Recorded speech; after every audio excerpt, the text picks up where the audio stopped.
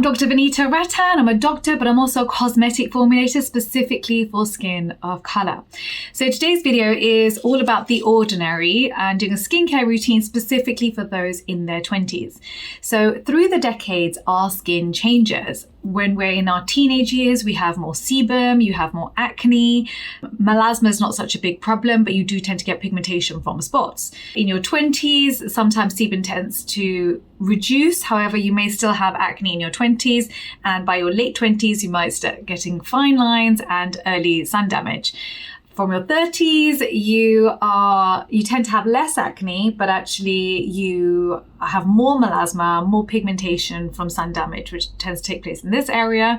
By this point, you might have done some aesthetic treatments, which might have burnt the skin, and you're left with pigmentation from that too. And then when you hit your 40s and 50s, we're looking at the pre-menopausal stage where your skin becomes a lot drier, you have less humectants in the skin, and actually melasma becomes a bigger issue, especially for skin of color. So actually we don't have the same skincare routine our whole lives. It really does change per decade. So you guys have asked me to do this video so many times. I'm sorry it's taking me this long, but I have created the perfect skincare routine from the ordinary for your 20s, specifically for skin of color. So I'm going to go through the products, the mistakes that get made, and how to layer them. If that sounds like a good idea, give me a thumbs up. Let's dive right in.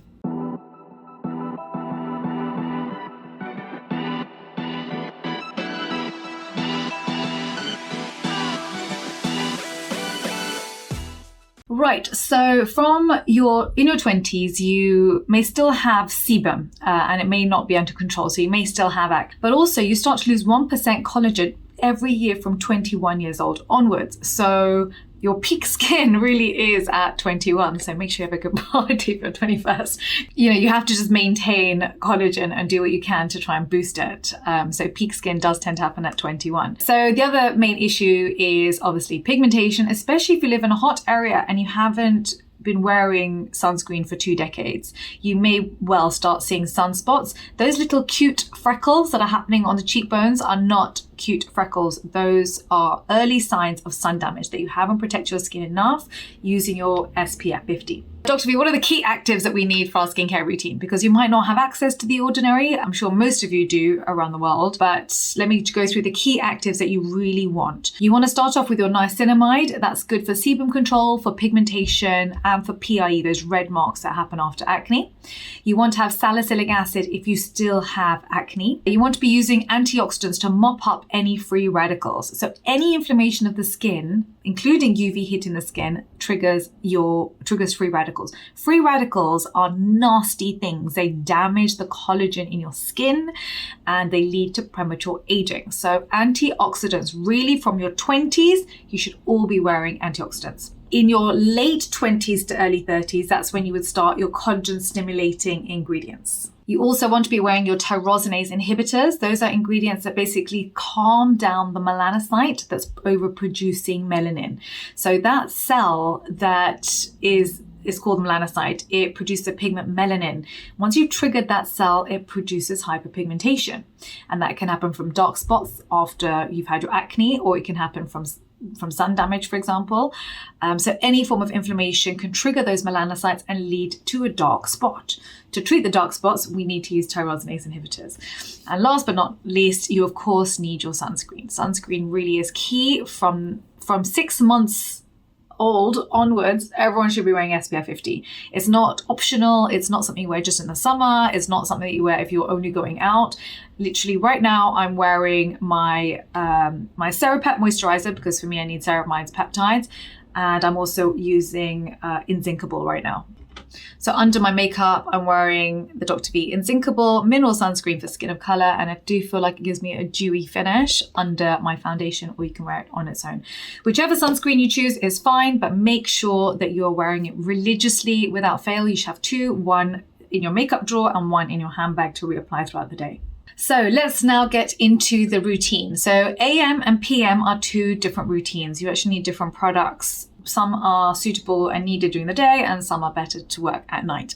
So let's start off with the AM routine. You want to start off with your Squalane cleanser. It will leave your skin feeling supple.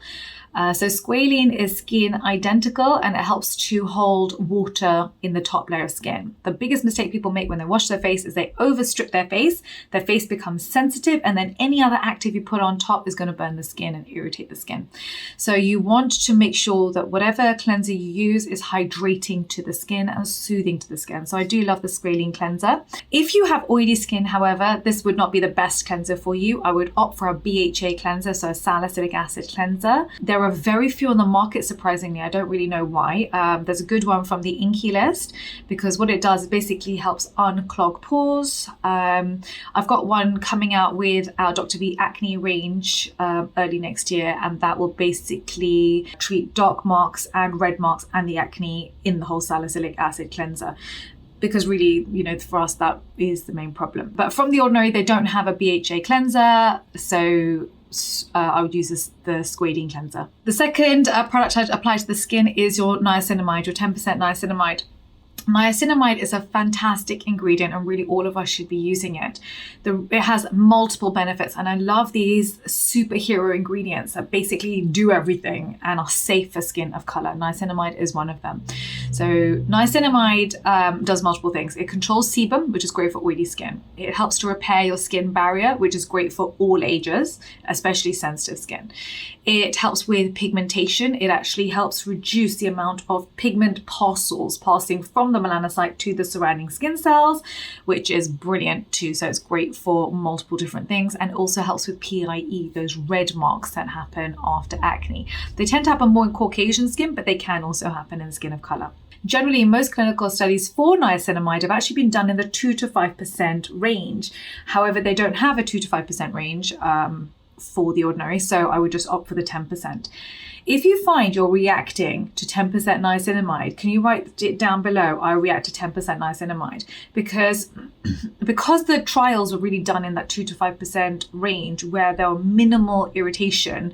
That's really what we prefer for skin of color. You don't purge with niacinamide, you can react with 10% niacinamide because it is quite a lot. So it's just something to bear in mind in case that's something you've already experienced. Then move on to your moisturizer. So I recommend the Natural Moisturising Factor Plus 8A. I love this moisturizer because it's non-comedogenic, which is important for those in their 20s who may still have oily, congested skin.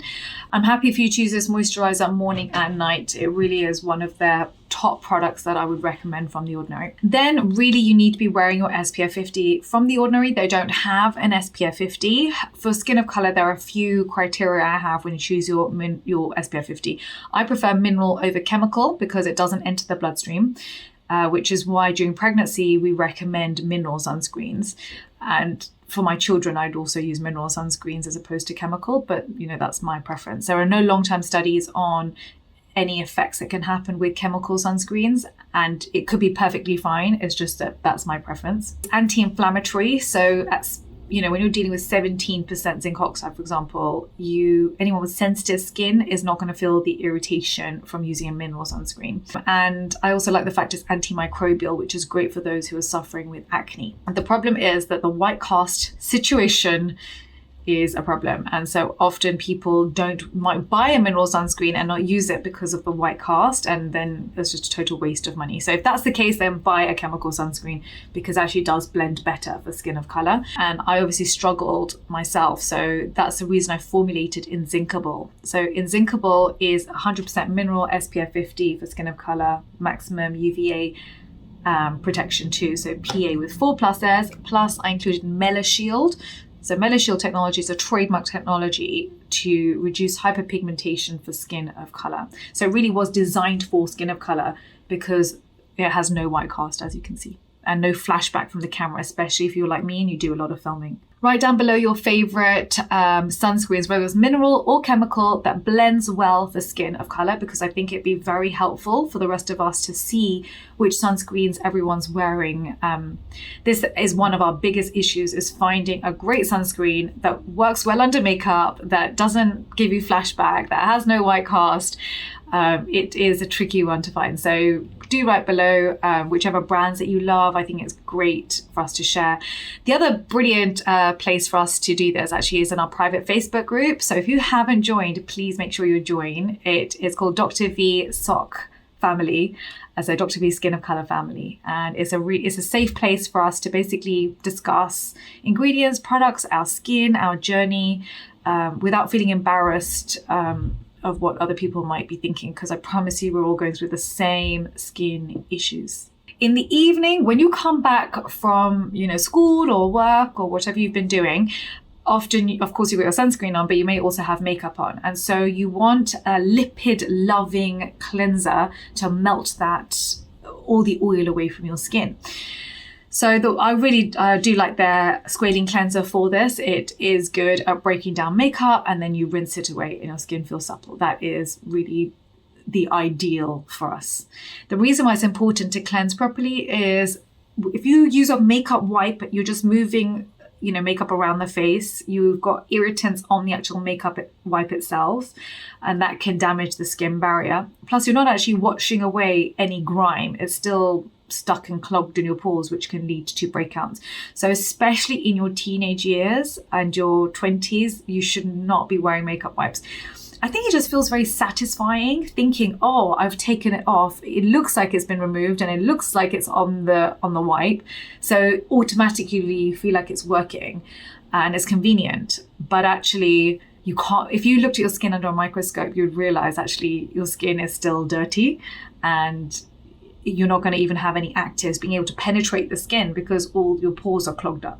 Do you remember I told you that we love antioxidants and you should be wearing them? So the ones I like from The Ordinary is the antioxidant serum, resveratrol 3% plus ferulic 3%. It mops up free radicals, but also helps with pigmentation.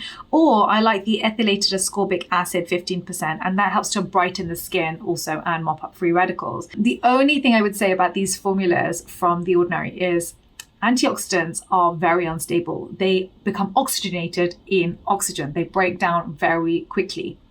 And so actually the best way to preserve the efficacy of antioxidants is to use them in combination, which they did with the resveratrol plus ferulic acid.